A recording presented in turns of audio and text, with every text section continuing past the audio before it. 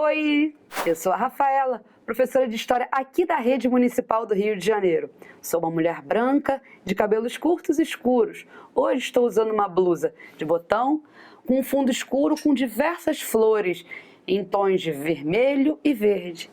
E aqui é o nosso momento sobre as curiosidades históricas. Hoje, especificamente, a gente vai falar sobre memória. E o que é memória? Basicamente, memória é aquilo que a gente não pode esquecer. E o que a gente não pode esquecer aqui como sociedade brasileira? A escravidão, que marcou profundamente a história mundial e que foi estruturante aqui para a sociedade brasileira. Bem, é muito importante termos espaços na cidade onde a gente possa discutir e refletir o que foi a escravidão e seus legados, né? O que ela nos deixou quanto sociedade. E o tema da aula de hoje é justamente sobre isso. Mas, para falar basicamente do que é esse tema, sobre o que a gente vai falar, eu vou sair um minutinho do estúdio para apresentar para você. Oi! Saí aqui do estúdio para mostrar o tema da nossa curiosidade. Ele está atrás de mim, é o MUCAB, e é o Museu da História e Cultura dos Afro-Brasileiros. Então, esse museu, ele veio justamente para preservar e também divulgar a cultura dos indivíduos que vieram da África para cá. Ele tem uma curiosidade, ele é um museu, tanto o prédio que está atrás de mim, que já foi uma escola aqui na região da Gamboa, como ele também é um museu aberto, pegando toda a pequena África. Mas isso eu vou explicar melhor aí do estúdio. Voltando aqui no estúdio para falar um pouquinho melhor sobre algumas coisas que são bastante complicadas, né? Primeiro, vale muito a pena falar que o MUCAB, ele vai surgir de algumas demandas por resgate, preservação e revitalização da memória e cultura afro-brasileira. O MUCAB, ele acredita o seguinte, que a história daquela área onde ele se localiza, que é a pequena África, é fundamental para entendermos justamente o que foi a escravidão.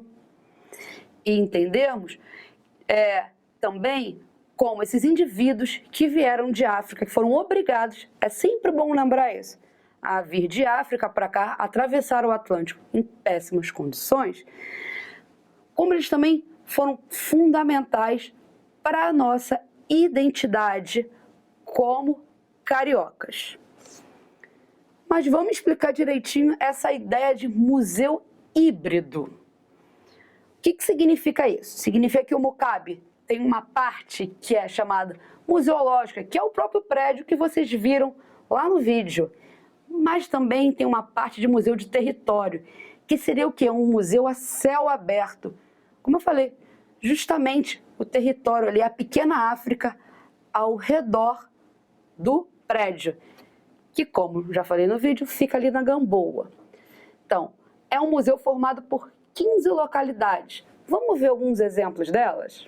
Então, gente, como eu falei, o entorno do museu é bastante importante. Ele é também considerado um dos acervos do MUCAB. Justamente por quê? Porque a pequena África está envolvida nessa história dessa migração forçada. Vocês estão reparando aí alguns exemplos das 15 localidades que o museu faz parte.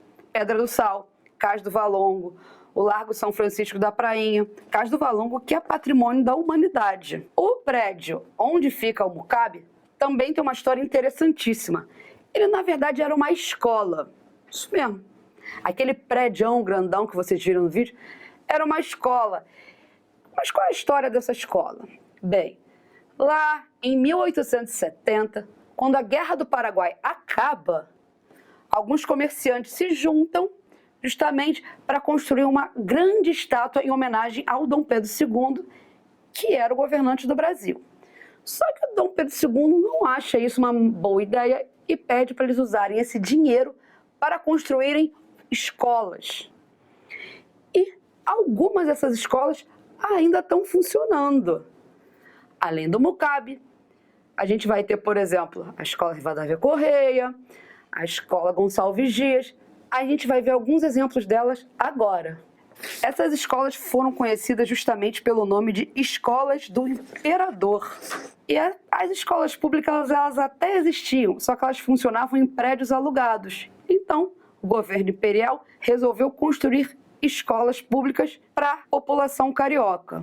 E aí a gente está vendo alguns exemplos delas, como a antiga Escola da Freguesia de Santana, que é a Escola Municipal Rivadavia Correia, a Escola da Freguesia de São José, que é o próprio Mucabe, a Escola da Freguesia Nossa Senhora da Glória, que é a Escola Estadual Amaro Cavalcante, a Escola da Freguesia de Nossa Senhora da Conceição da Gávea, a atual Escola Municipal Luiz Delfino, a Escola da Freguesia de São Francisco Xavier do Engenho Velho, que é a atual Escola Municipal Orsina da Fonseca, e a Escola de São Cristóvão, que é a Escola Municipal Gonçalves Dias.